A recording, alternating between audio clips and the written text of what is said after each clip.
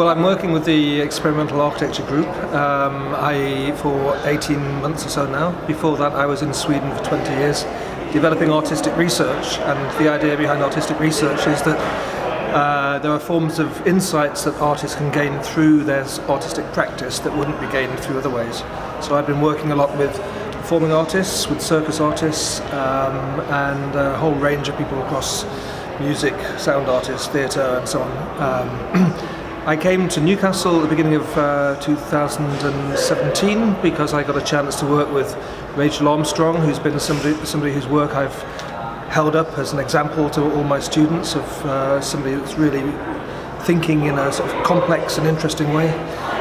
And since joining the Experimental Architecture Group, it's been a fantastically fun sort of workplace because we are basically working through experiment and prototyping, and we are creating new forms of transdisciplinary practice. So I bring in bits of what I do, like prose poetry and fiction writing and so on, but I'm even more interested in working with what I don't know how to do. So do a lot of that working with working in areas for which one has not been trained.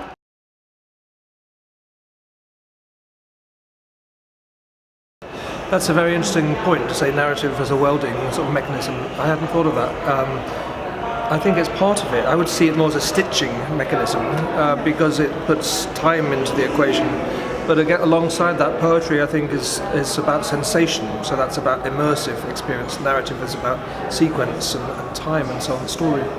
So I think those two things together come together. But also I think a large part of what we do is to do with material thinking through materials, particularly with Simone Ferracina, who's been our sort of other member until now, who's an architect and designer, and works very much with the specifics of materials. So the three of us together, and I should also mention Pierangelo is also a great designer, in his case working with liquids, with water. So we get very excited by, I think I just thought of the word magic, but there is a sort of magic when Pierangelo turns up and says, "Look what I found out," and he has a sort of a brick, in inverted commas, which is dripping, that makes electricity through droplets of water. It's sort of kind of magical. We don't know how he does it, but somehow he does it with very basic sort of materials and no budget. So I think I mean, you could think of other experimental cultures, maybe the Bauhaus, maybe surrealism, where people were less concerned with authority and legitimization and more concerned with discovery and experiment. It's kind of like play when you're younger, Yeah. but don't tell anyone.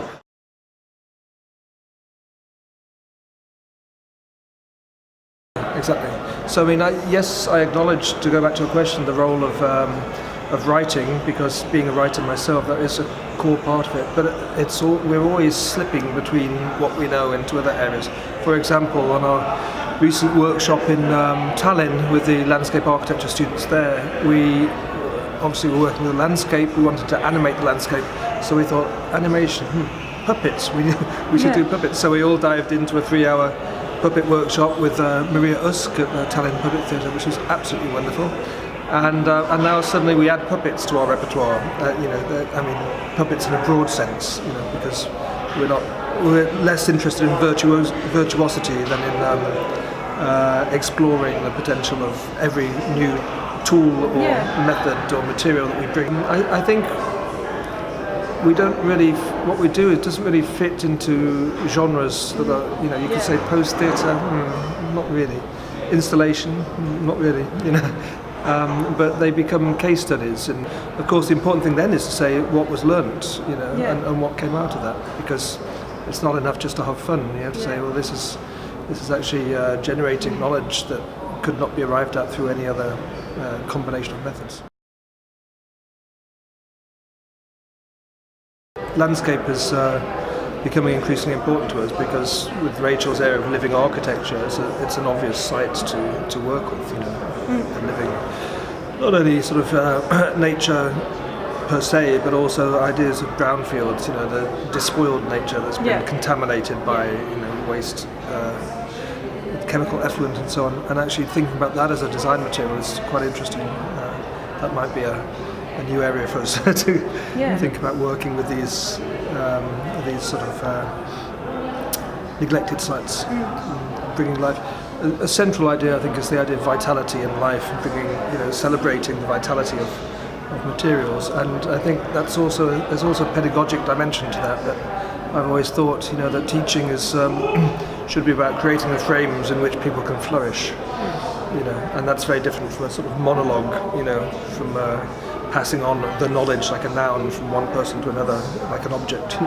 But rather it's sort of co-creation through creating communities of trust and play or improvisation or exploration.